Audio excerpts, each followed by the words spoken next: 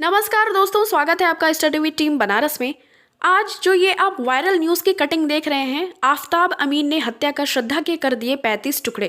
इसी viral news को हम इस वीडियो में कवर करने वाले हैं और ये पूरे देश में, मुख्यतः अगर देखा जाए तो देश की राजधानी दिल्ली में चर्चा का मुख्य केंद्र विषय बनी हुई है। और देश की राजधानी दिल्ली के महरौली थाने की पुलिस ने करीब 6 महीने पहले हुई इस हत्याकांड, जो कि श्रद्धा का हत्याकांड हुआ था, इस मामले को भी सुलझा लिया है। पुलिस ने एक शख्स को गिरफ्तार किया है जिसका कि नाम है आफताब, जो कि आप इस वायरल न्यूज़ की कटिंग में देख पा रहे होंगे। उस शख्स को, उसने श्रद्धा से दोस्ती की थी मुंबई में एक कॉल सेंटर में काम के दौरान। दोस्ती जो थी इनकी धीरे धीरे प्यार में तब्दील हो गई। परिवार का विरोध करने पर दोनों भागकर दिल्ली भी चले गए थे और वहां जाकर ये दोनों लिव इन रिलेशनशिप में रहने लगे थे। श्रद्धा के परिवार वाले सोशल मीडिया के जरिए उसकी जानकारी ले लिया करते थे, जैसे व्हाट्सएप हुआ, फेसबुक हुआ, टेलीग्राम हुआ, या तो फिर आपका इंस्टाग्राम हुआ। इस तरीके से श्रद्धा की जानकारी उनके पिता, उनके परिजन वगैरह ले लिया करते थे। लेकिन जब सोशल मीडिया पर भी अपडेट्स आना बंद हो गए तो लड़की के पिता दिल्ली पहुंच गए। बेटी के नहीं मिलने पर दिल्ली पुलिस को शिकायत भी की। श्रद्धा के पिता ने आरोप भी लगाया कि उसकी बेटी जब मुंबई के कॉल सेंटर में काम किया करती थी तो वहां पर उसकी मुलाकात एक आफताब नाम के शख्स से हुई थी और उन दोनों की दोस्ती काफ़ी नज़दीकी हो गई थी। प्यार वाला कुछ मामला हो गया था। दोनों एक दूसरे को पसंद करने लगे थे, लेकिन परिवार वाले इस बात से खुश नहीं थे, जिसके चलते उन्होंने इसका विरोध भी किया था। और इसी विरोध के चलते उनकी जो बेटी हैं श्रद्धा और आफताब, दोनों मुंबई छोड़कर दिल्ली आ गए थे और यहाँ छतरपुर इलाके में रहने लगे थे। और बता दें आपको कि जैसे जब दिल्ली पुलिस ने टेक्निकल सर्विलांस की मदद ली और आफताब की तलाश में जुट गए, जिसके बाद एक गुप्त सूचना के आधार पर आफताब को पकड़ लिया गया। पुलिस की पूछताछ में आरोपी ने बताया कि श्रद्धा उस पर लगातार शादी का दबाव बना रही थी, क्योंकि वो दोनों लिव इन रिलेशनशिप में रह रहे थे। तो वो लड़की चाहती थी कि अब हमें इतना टाइम हो चुका है तो अब हम क्यों ना शादी कर ले, जिसको लेकर के उनके बीच में अक्सर लड़ाई झगड़े हुआ करते थे। आफताब ने मई में बेरहमी से श्रद्धा के गला घोट कर उसकी मृत्यु करवा दी और शव के टुकड़े करके अलग अलग जगह पर जंगल में फेंक दिए। पुलिस सूत्रों के मुताबिक कहा जाए अगर तो आफताब ने श्रद्धा की गला घोंट कर हत्या की थी और आरी से उसके 35 टुकड़े किए थे और अपने घर में रखा था। इसके लिए आफताब ने एक नया बड़ा सा फ्रिज खरीदा था और 18 दिन तक, आप सोच सकते हैं, 18 दिन तक वो रात के 2 बजे शरीर के जो अलग अलग टुकड़े हैं उनको एक एक करके प्लास्टिक के बैग में ले जाकर बाहर फेंक कर आया करता था तरह तरह के जंगलों में। कितनी दर्दनाक और कितना हैवानियत भरा ये काम है, आप इस बात से यही सुनकर ही अंदाज़ा लगा पा रहे होंगे। खैर, वही इस मामले में दिल्ली महिला आयोग की अध्यक्ष स्वाति मालीवाल ने भी इस मामले में ट्वीट किया है।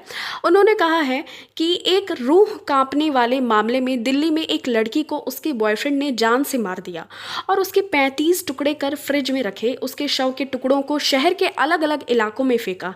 समाज में कैसे कैसे दरिंदे पल रहे हैं।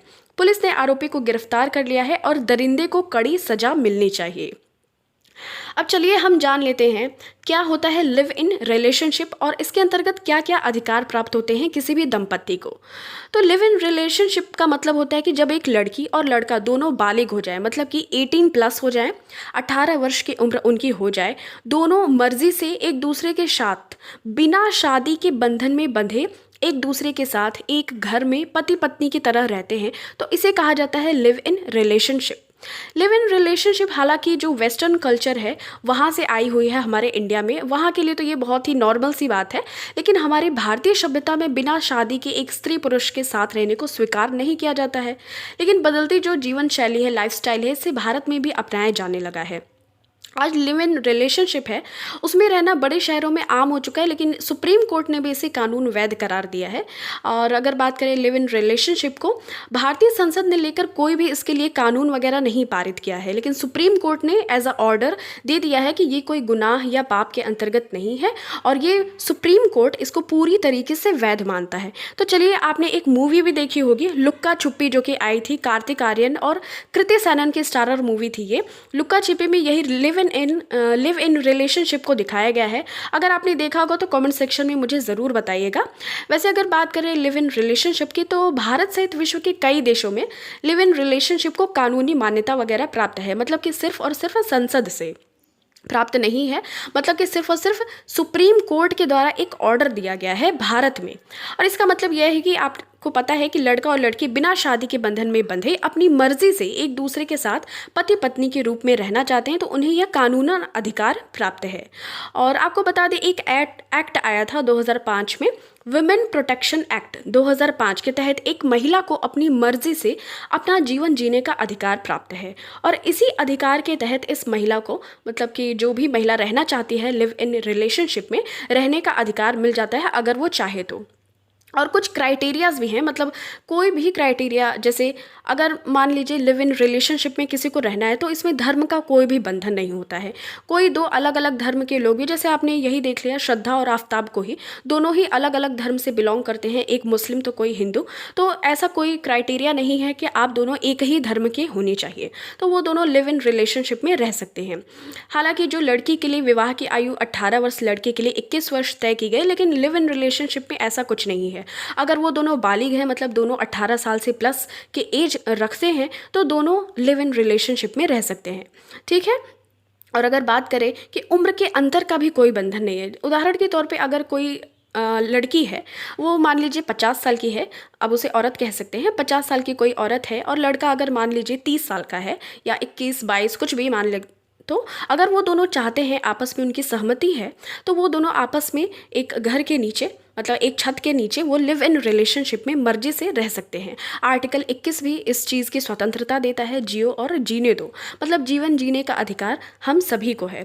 हाल ही में केरल जो हाईकोर्ट है उसके द्वारा भी एक फैसले को सुनवाया गया था कि मतलब अगर लड़का लड़की बालिग हो और दोनों ने शादी की न्यूनतम उम्र भी न प्राप्त की हो, मतलब 18 प्लस एज हो दोनों की, तो फिर भी दोनों एक साथ रह सकते हैं, है ना।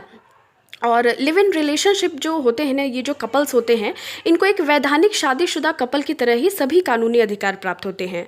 और लिव इन रिलेशनशिप में एक बहुत ही इंपॉर्टेंट बात होती है कि अगर इनका कोई संतान होता है, मतलब हालांकि इन्होंने तो शादी नहीं की है, अगर इनका कोई संतान होता है तो उनकी बायोलॉजिकल संतान को पूरे के पूरे अधिकार मिलते हैं।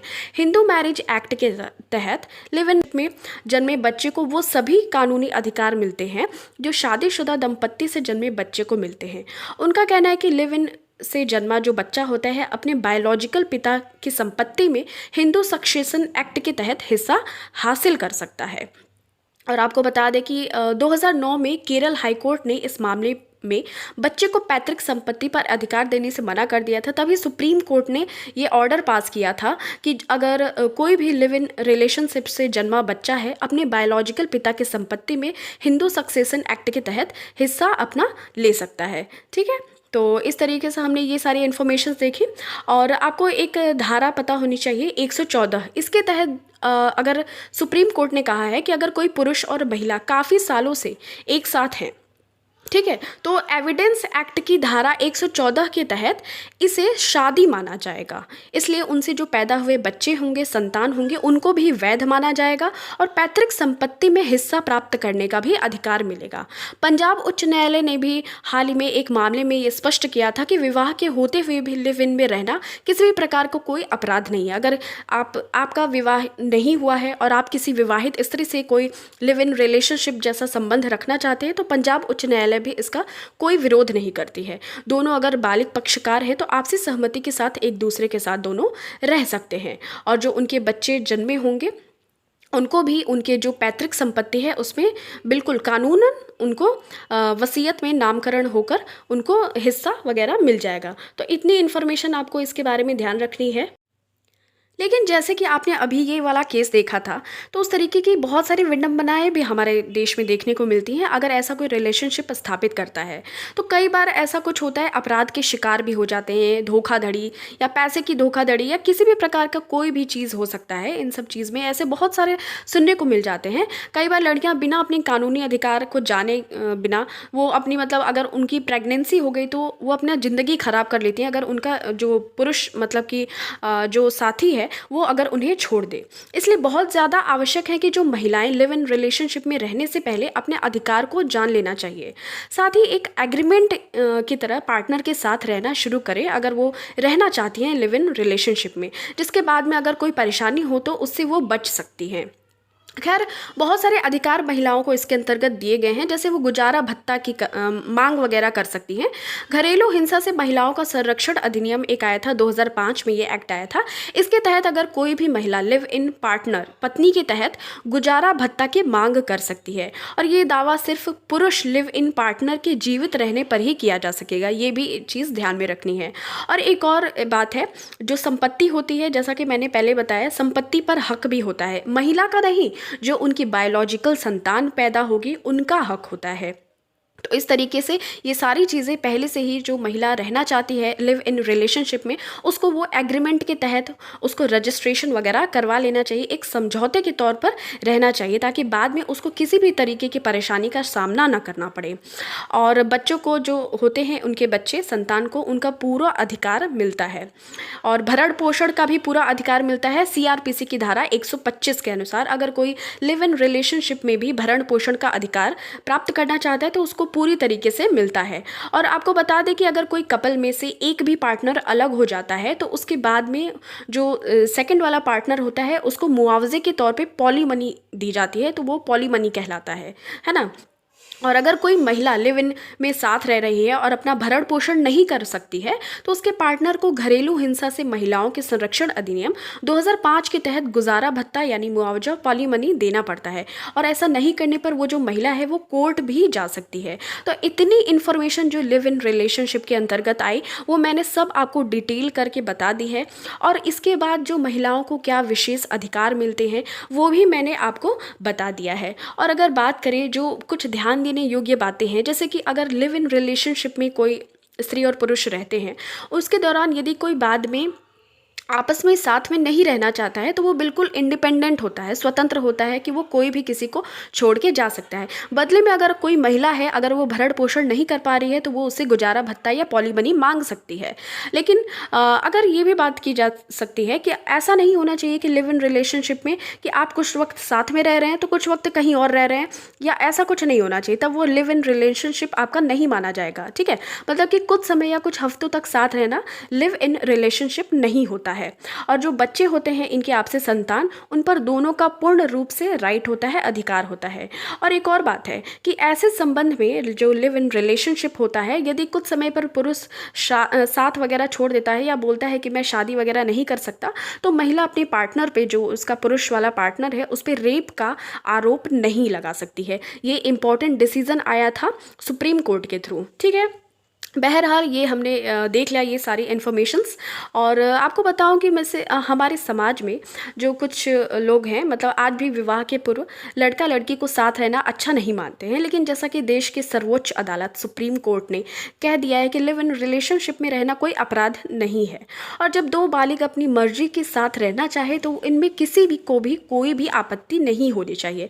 ऐसे में धीरे धीरे ही सही, लेकिन लोगों की सोच में बदलाव आ रहा है और समाज इसे स्वीकार भी कर रहा है। मेरे विचार में अगर देखा जाए तो जब देश में कोई कानून, जैसे जब सुप्रीम कोर्ट अगर कोई इस पर आपत्ति नहीं दर्ज करती है, तो हम लोग कौन होते हैं किसी के निजी मामलों में हस्तक्षेप करने वाले। दूसरों के निजी मामलों में दखल देने के बजाय हमें अपना खुद ही अपने काम वगैरह को देखना चाहिए। जियो और जीने दो, इस सिद्धांत को अपनाना चाहिए। ठीक है, तो चलिए हम आगे देख लेते हैं।